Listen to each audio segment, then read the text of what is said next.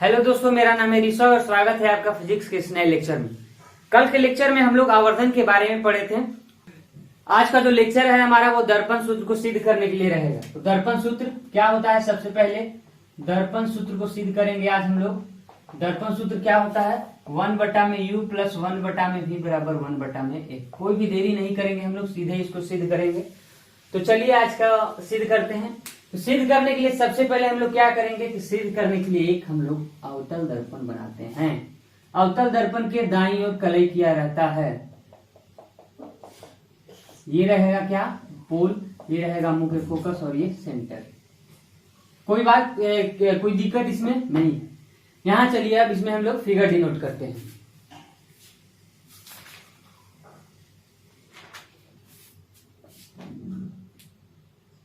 एक मुख्य अक्ष के समांतर जाती हुई प्रकाश की किरण दर्पण से परावर्तन के बाद मुख्य फोकस पर काटेगी और वक्रता केंद्र से जाती हुई प्रकाश की किरण दर्पण से लंबवत पड़ेगी और लंबवत पड़ने के बाद उसी पथ पे लौट जाएगी। यहां बनेगा उसका प्रतिबिंब। ठीक, थोड़ा टेढ़ा है लेकिन आप लोग समझ लीजिएगा बात को। अब इस बिंदु से हम लोग एक लंब डालते हैं। चलिए उसको तो बनावट में किया जाएगा। यहां तक क्लियर हो गया। इसको मानते हैं ए, इसको मानते हैं बी, इसको मानते हैं बी डैश, इसको मानते हैं ए डैश। और कहीं पे मानने वाला है, देखिए, और कहीं पे इसको ओ मान लीजिए, है ठीक है। यहां तक क्लियर। अब देखिए इसका जो प्रमाण है उसको देंगे। उससे पहले माना कि एक्स वाई एक अवतल दर्पण है जिसका ध्रुव P मुख्य फोकस A तथा वक्रता केंद्र C है। ए ओ एक आपतित किरण जा रही है जो दर्पण से परावर्तन के बाद मुख्य फोकस पर काटती हुई बढ़ जा रही है, और एक ए सी जो है किरण वो वक्रता केंद्र से होकर जा रही है और उसी दिशा उसी पथ पे विपरीत दिशा में वापस लौट जा रही है। यहां तक बात क्लियर हो गया। तो सबसे पहले हम लोग बनावट एक बनाएंगे। बनावट इसमें कुछ बनाएंगे। बनावट क्या रहेगा कि हम लोग ओ डी लंब खींचेंगे मुख्य अक्ष। मुख्य अक्ष पर एक लंब हम लोग डालेंगे जिसका नाम रखेंगे डी। यहां डी,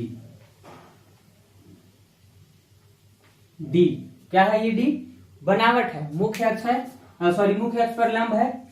अब आगे चलते हैं हम लोग प्रमाण की तरफ। प्रमाण की तरफ देखिए क्या है। प्रमाण में जो है हम लोग क्या क्या दिया हुआ है वो देखिए। गिवन, गिवन में क्या है, पीएफ है। पीएफ क्या है आपका, फोकसांतर है। फोकसांतर इसमें माइनस में है या प्लस में, माइनस में है। कल परसों के लेक्चर में हम बताए थे, उसको देख लीजिएगा। चिन्ह परिपाटी नियम के बारे में बताए थे, उसको हम यहाँ देखिए आई बटन पे दे रहे हैं। यहाँ पे जाइए, अगर नहीं पढ़े हैं तो पहले इसको देखिए, उसके बाद यहाँ पे आइएगा, तभी ये चीज समझ में आएगा, वरना समझ में नहीं आएगा। तो पहले देख लीजिए, और देख लिए हैं तो चलिए आगे। पीसी क्या है हमारा, पीसी आर है, आर भी माइनस में जाएगा। ठीक, अब देखिए और क्या दिया हुआ है। अब देखिए पीबी जो है, पीबी, पीबी क्या है, वस्तु दूरी है। वस्तु दूरी को क्या से सूचित करते हैं, यू से, और यू भी माइनस में जाएगा। और पीबी डैश है, पीबी डैश, पीबी डैश को भी से सूचित करते हैं प्रतिबिंब दूरी को, और ये भी माइनस में जाएगा। इसको मान लेते हैं समीकरण 1। कोई परेशानी यहां तक, समीकरण 1 मानने में नहीं। आगे बढ़ते हैं। अब देखिए आप लोग समकोण त्रिभुज, समकोण त्रिभुज ए बी सी तथा ए डैश बी डैश सी। देखिए फिगर ए बी सी, समकोण त्रिभुज ए बी सी तथा ए डैश बी डैश सी में क्या कुछ अंतर नजर आ रहा है। ये देखिए ये 90 डिग्री है, ये 90 डिग्री है, क्योंकि वस्तु या प्रतिबिंब जो भी रहेगा वो मुख्य अक्ष पे लंबवत ही बनेगा, सीधा ही बनेगा। तो यहां देखिए कि कोण A B C is equal to कोण A dash B dash C 90 degree के बराबर। कोई दिक्कत। दूसरा नंबर देखिए, बी सी ए और ए डैश सी डैश ए डैश सी बी बताते हैं। बी सी ए और बी डैश सी ए डैश, ये आपका एकांतर कोण नजर आ रहा है। एकांतर कोण, ये अगर हम उसको ए डैश ए और ए डैश और उसके बाद बी और बी डैश को देखें तो ये दोनों एकांतर कोण नजर आ रहा है। पिछला जो हम लोग सिद्ध किए थे r बराबर 2a, उसमें इस चीज को बताए थे। तो क्या ये चीज बराबर होगा, आपस में हो जाएगा। और तीसरा जो है शेष कोण हमारा बचे, जब ये दोनों कोण बराबर हो गया तो जो त्रिभुज है, त्रिभुज का तीसरा कोण ऑटोमेटिकली बराबर होगा कि नहीं होगा। मान लीजिए ये त्रिभुज है दो, इसमें ये 80 है, ये 80 है, ये 40 है, ये 40 है, तो बाकी ये दोनों बराबर होगा कि नहीं होगा, एब्सोल्युटली होगा। तो चलिए हमारा BAC यानी कोण BAC बराबर कोण B'(A')C शेष कोण हमारा बराबर हो जाएगा कि नहीं हो जाएगा, हो जाएगा, बिल्कुल हो जाएगा। तो जब तीनों कोण हमारा बराबर हो गया तो यहाँ पे कौन सा फॉर्मूला लगेगा, कौन सा नियम लगेगा, कौन सा रूल लगेगा, वो देखिए। हमारा जो नियम लगेगा वो क्या नियम लगेगा, ये देखिए। ये तीन कोण हमारा एक त्रिभुज, दोनों त्रिभुज में तीनों कोण बराबर है, तो angle angle angle, I think 9th class में ये सब चीज पढ़ने को मिला होगा। एंगल एंगल एंगल समरूपता से,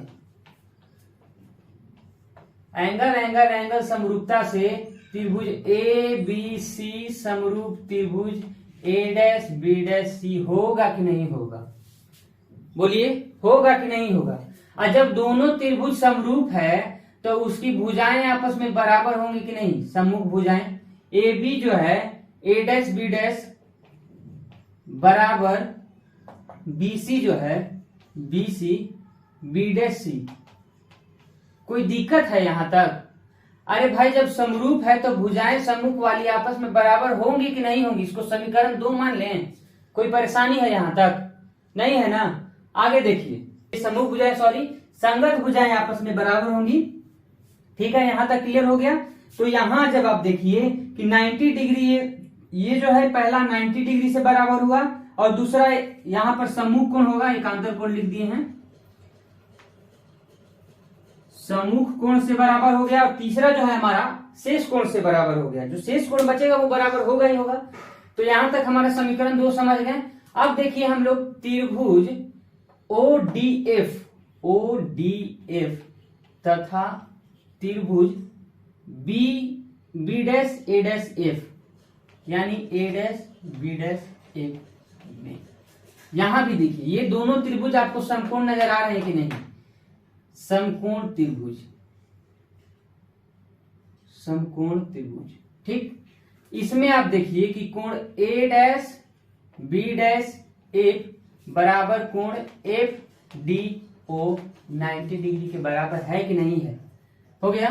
ये दोनों बराबर है, कोई दिक्कत? यहां हम लंब डाले हैं तो 90 डिग्री होगा। अब ये देखिए सम्मुख कोण से ये दोनों बराबर होगा कि नहीं होगा, यानी कि कोण A'(F') बराबर कोण DFO। कौन सा कोण? सम्मुख कोण।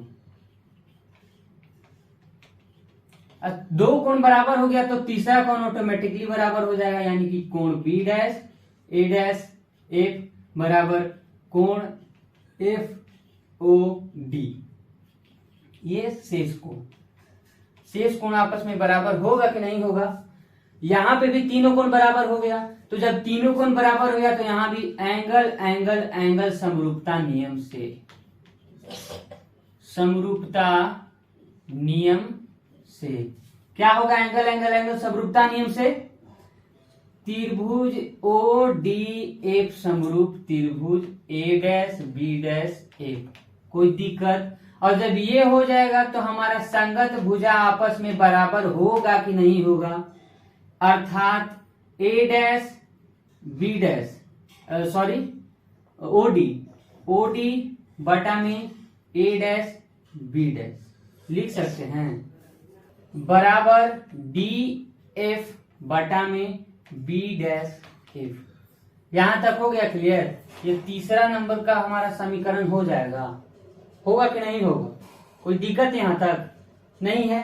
अब हम लोग आगे देखते हैं। कि AO जो है समानांतर है मुख्य अक्ष के, AO आपतित किरण जो है समानांतर जा रही है मुख्य अक्ष के, जा रही है, यहां तक क्लियर। तो जो AB है ये इसके दूरी और इसका दूरी आपस में बराबर होगा कि नहीं होगा, क्योंकि ये भी लंबवत है और ये भी लंबवत है। तो हम लिख सकते हैं कि AB जो है बराबर है OD का, समीकरण 4 मान के। ऐसा लिख सकते हैं कि नहीं लिख सकते हैं? अरे भाई जब ये समांतर है तो यहाँ का दूरी और यहाँ का दूरी, यहाँ का दूरी, यहाँ का सारा जगह का दूरी एक समान होगा कि नहीं होगा? होगा। अब देखिए जब AB जो है OD के बराबर है तो हम समीकरण 3 और 4 से देखिए, समीकरण 3 में 4 का मान रखने पर, 4 का मान रखिए तो OD की जगह पे AB रखिए तो क्या हो जाएगा, AB बटा में A डैश B डैश बराबर DF बटा में B डैश F। ये समीकरण 5 हो गया। समीकरण 5 हो गया यहां तक। अब देखिए समीकरण 2 और समीकरण 5 से, समीकरण 2 एवं 5 से, समीकरण 2 एवं 5 से कुछ बराबर नजर आ रहा है। क्या नजर आ रहा है? तो BC बटा में B डैश C बराबर DF बटा में B डैश F, समीकरण 6। क्लियर? जब AB OD के बराबर है तो OD को AB लिख सकते हैं। तो AB जब बराबर हो गया DF का तो समीकरण 3 में 5 का मान रखें और 2 और 5 से देखिए कि AB बटा में A डैश B डैश बराबर है तो BC B डैश C और DF B डैश F के बराबर होगा कि नहीं होगा?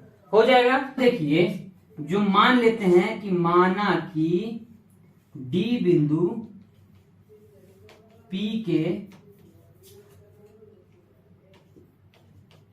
काफी नजदीक है,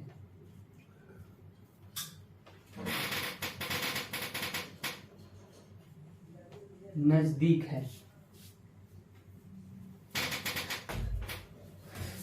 होने के बाद बुला देना।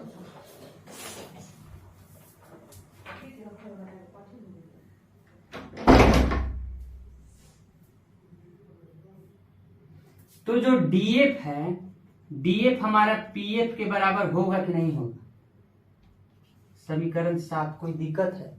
नहीं समझ में आया? अरे भाई जब ये मान लेते हैं कि जो D है वो P के काफी नजदीक है तो DF और D और P मान लेते हैं एक ही बिंदु पर स्थित है, तो क्या DF और PF आपस में बराबर नहीं होगा? बिल्कुल होगा। अब समीकरण 6 में देखिए, समीकरण 6 से क्या होगा? जब DF और PF आपस में बराबर हो गया तो DF की जगह PF लिखिए तो BC बटा में B डैश C बराबर PF बटा में B डैश F। हो गया? दिक्कत यहाँ तो कोई परेशानी? समीकरण 7 इसको हटा लीजिए, इसका कोई जरूरत नहीं है। समीकरण 7 यहाँ पे हो गया। ठीक है, कोई दिक्कत यहाँ तक? अब आगे देखिए, अब यहाँ BC है, BC, तो BC को हम लोग क्या लिख सकते हैं? PC प्लस BC लिख सकते हैं, या PB माइनस PC लिख देंगे तो BC आ जाएगा। PB देखिए इतना बड़ा क्षेत्र है, PB को अगर PC माइनस कर देंगे PB में से तो BC आ जाएगा। इतना दूरी दिया हुआ है, ये हमारा B है, यहाँ हमारा C है, यहाँ हमारा P है, तो इतना में से इतना को माइनस कर देंगे तो इतना आ जाएगा। तो यहाँ हम लोग लिख सकते हैं कि PB माइनस PC बटा में, अब देखिए B डैश क्या है? B डैश C के लिए देखिए PC में से PB डैश माइनस कर देंगे तो हो जाएगा, यानी PC माइनस PB डैश। ठीक, दिक्कत है? अब देखिए PF, तो PF को इसी छोड़ देते हैं, PF चलो भाई तुम ऐसे आ जाओ। अब B डैश F, अब PB डैश में से PF को माइनस कर देंगे तो आ जाएगा, PB डैश में से PF को माइनस करेंगे तो B डैश F आ जाएगा। यहां तक कोई दिक्कत है? नहीं है दिक्कत। समीकरण 8 में समीकरण 1 का मान रखने पर, समीकरण 8 ये है। अब यहाँ पे समीकरण 1 का मान रखिए तो PB का मान क्या है? PB का मान माइनस U माइनस, तो माइनस PC का मान क्या है? PC का मान माइनस R, तो माइनस R बंद। नीचे देखिए PC का मान क्या है? माइनस R, तो माइनस आर। पीबी डैश का मान क्या है, पीबी डैश तो माइनस भी, तो माइनस माइनस भी।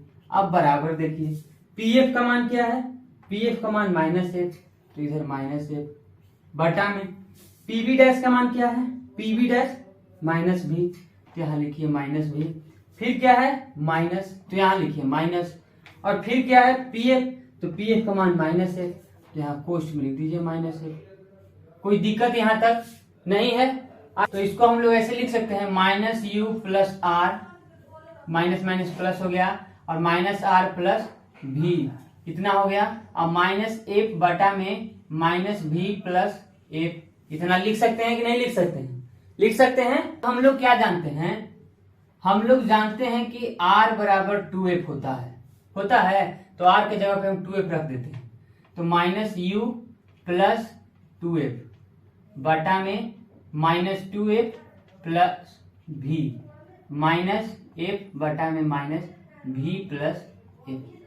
कोई दिक्कत यहाँ तक, जब r बराबर 2f होता है तो r की जगह पे 2f लिख सकते हैं कि नहीं लिख सकते हैं, लिख सकते हैं। अब देखिए इसको क्रॉस मल्टीप्लीकेशन करते हैं, तो माइनस यू प्लस 2f का गुणा माइनस भी प्लस एफ में बराबर माइनस एफ का गुणा माइनस 2f प्लस भी में। यहां तक ये हो गया क्रॉस मल्टीप्लीकेशन। इसका देखिए क्या आएगा, माइनस यू माइनस भी क्या हो जाएगा, यू भी,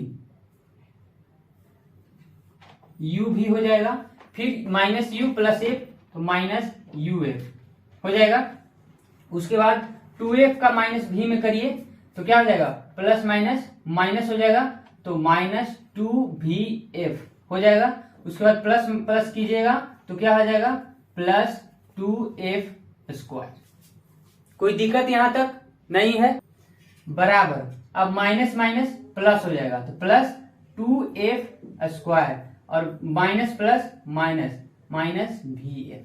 अब देखिए इधर भी प्लस इधर भी प्लस, तो अगर बराबर के दोनों तरफ एक ही साइन रहता है, पॉजिटिव पॉजिटिव या निगेटिव निगेटिव रहता है तो कट जाता है। कैसे, ये पॉजिटिव है तो इधर आएगा तो नेगेटिव हो जाएगा, तो पॉजिटिव नेगेटिव कट जाएंगे, इसको काटिए। यहां तक क्लियर। अब देखिए यहां से क्या हो जाएगा, यहां से हमारा क्या हो गया, और कटने लायक है कहीं, माइनस भी एफ अब कटने लायक नहीं है, यू भी minus U F minus 2vf बराबर माइनस vf, ये हो जाएगा।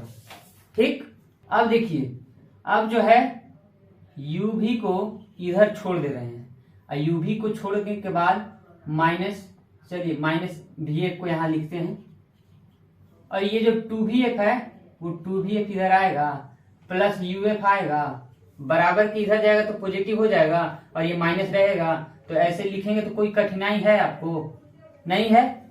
आगे देखिए अब ये इतना आ गया, अब इतना में हम लोग को क्या करना है, 2vf यहाँ भी दिख रहा है और यहाँ भी vf दिख रहा है, तो 2vf और vf कट जाएगा कि नहीं कट जाएगा, तो u भी बराबर vf प्लस uf, इतना आ जाएगा, आ जाएगा। कोई परेशानी है इतना में, नहीं है ना। ये दोनों तरफ u भी f से भाग देने पर,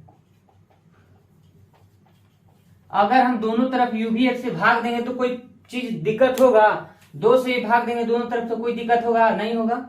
दोनों तरफ क्योंकि हम समान चीज से भाग दे रहे हैं, तो अब देखिए दोनों तरफ जब हम लोग u भी f से भाग दे रहे हैं तो क्या होगा, u भी बटा में u भी f बराबर vf बटा में u भी f प्लस uf बटा में u भी f, इतना आ गया। ये हम लोग भागा दे दिए। अब देखिए u भी कट गया, vf कट गया, और uf कट गया, तो क्या बचा हमारा 1 बटा में f, 1 बटा में f, और यहाँ पे क्या बचा 1 बटा में u, और क्या बचा 1 बटा में v, बच गया इतना। तो 1 बटा में f, इसको हम लोग अगर सजा के लिख दें तो 1 बटा में u प्लस 1 बटा में v बराबर 1 बटा में f। ये हमारा क्या हो गया, दर्पण सूत्र आ गया। दर्पण सूत्र यही होता है कि नहीं होता है, आ गया हमारा दर्पण सूत्र। तो यहाँ हम लोग अपना हाथ से लिख सकते हैं इसे कि प्रूव्ड हो गया। कोई दिक्कत है लिखने में, जब आ गया तो प्रूव्ड हो गया। तो यहाँ तक समझने में कोई आपको दिक्कत हुआ फ्रेश दिख रहा है ना, कहाँ से लिखना है ये भी समझ में आ गया। तो फिर से एक बार समझा देते हैं। ये हमारा अवतल दर्पण था। अवतल दर्पण में हम लोग जो है आपतित किरण बनाए जो मुख्य फोकस से जा रही है, एक वक्रता केंद्र से होकर जा रही है। बनावट में हम लोग एक चीज बनाए हैं कि ओडी को जो है लंब डाले हैं किस पर, मुख्य अक्ष पर। ठीक, गिवन में हमारा दिया हुआ है -f -r -u -v। चिन्ह परिपाटी नियम देख लीजिएगा। क्या हो गया? समीकरण नहीं आ रहा था। आ गया? नहीं है नहीं, कोई बात नहीं, छोड़ो, उतना समझ जाएगा। अब देखिए समकोण त्रिभुज एबीसी और बी-सी में समझाए हैं। तीनों कोण जब बराबर होगा तो एंगल समरूपता से ये त्रिभुज समरूप हो जाएगा, और समरूप होगा तो संगत भुजा बराबर होगा। वही चीज इस त्रिभुज में भी होगा, इसमें भी संगत भुजा बराबर हो जाएगा। संगत भुजा बराबर हो गया, एवं मुख्य अक्ष के समांतर है तो सभी दूरियां इसके बीच की समान होंगी चाहे जहां तक जाएं। ठीक, तो उसका मान जो है यहाँ पर रख दिए, एबी का मान, ओडी का मान यहाँ पे रख दिए। अब 5 और 2 का देखिए समीकरण, ए बी बटा में a' बराबर है तो उसके बगल वाला जो है बराबर हो जाएगा। अब मानते हैं कि डी जो है पी के काफी नजदीक है तो डीएफ पीएफ के बराबर हो जाएगा। अब जब बराबर होगा तो डीएफ की जगह लिख सकते हैं। अब देखिए इसको हम थोड़ा बड़ा में विस्तार कर दिए कि बीसी को हम लोग अगर पीबी माइनस पीसी करते हैं तो बीसी आ जाएगा। उसी चीज को सारी तरह से किए हैं। करने के बाद समीकरण 1 से उठाकर सबका मान रख दिए हैं। रखने के बाद आर बराबर 2f हम लोग जानते हैं, आर के बाद जगह पे 2f रख दिए और 2f रखने के बाद सबको क्रॉस मल्टीप्लीकेशन कर दिए। क्रॉस मल्टीप्लीकेशन करने के बाद दोनों तरफ u भी 1 से भाग दे दिए। भाग देने पर आ गया दर्पण सूत्र, प्रूफ हो गया। जहां तक स्क्रीनशॉट ले लीजिए, स्क्रीनशॉट हो गया यहां तक। तो चलिए ये हमारा दर्पण सूत्र खत्म। आज के लिए बस इतना ही। मिलते हैं नेक्स्ट टॉपिक में अगले क्लास में। तब तक के लिए पढ़ते रहिए, अच्छे से पढ़िए, सबको ध्यान रखिए, सब बहुत इंपॉर्टेंट टॉपिक है। और पढ़ते रहिए। Take care, bye.